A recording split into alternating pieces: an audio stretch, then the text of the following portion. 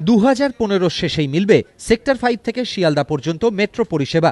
থমকে যাওয়া দত্তাবাদ অংশের নির্মাণের জন্য প্রাথমিক সমীক্ষার কাজ শেষে এমনটাই মনে করছেন কেএমআরসি আধিকারিকরা। কেন্দ্রীয় নগর উন্নয়ন মন্ত্রক ও রাজ্য সরকারের যৌথ উদ্যোগে 2009 সালের ফেব্রুয়ারি মাসে ইস্ট ওয়েস্ট মেট্রো প্রকল্পের কাজ শুরু হয়, কিন্তু জমি জটে বারবার থমকে যায় প্রকল্পের কাজ।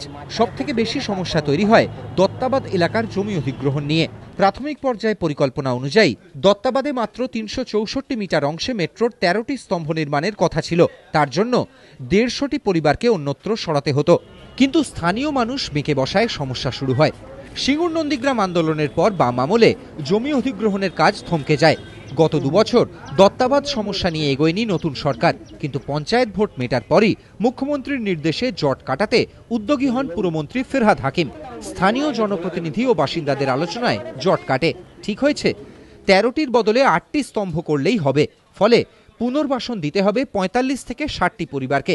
প্রাথমিকভাবে পুরসভার জমিতে পুনর্বাসন দেওয়া হবে, পরে পরিবারগুলিকে স্থায়ী বাসস্থান গড়ে দেবে নগর উন্নয়ন দপ্তর।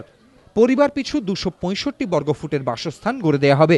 এরপর শনিবারই ইস্ট ওয়েস্ট মেট্রোর দত্তাবাদ অংশে নির্মাণের জন্য প্রাথমিক সমীক্ষা শেষ করে কেএমআরসি। এটা হচ্ছে টোপো সার্ভে। এই টোপো সার্ভে করে এই যেখান দিয়ে আমাদের অ্যালাইনমেন্ট যাবে ওর সারাউন্ডিংসটাও তুলে নেওয়া হচ্ছে। তার মধ্যে মার্কিং করা হবে আমাদের কোন পোর্শনটা এক্স্যাক্টলি যাচ্ছে। আচ্ছা, আজকের মধ্যে কমপ্লিট হয়ে যাবে এটা? আশা করি আজকে যদি কমপ্লিট না হয় সোমবারে আমাদের কমপ্লিট হয়ে যাবে।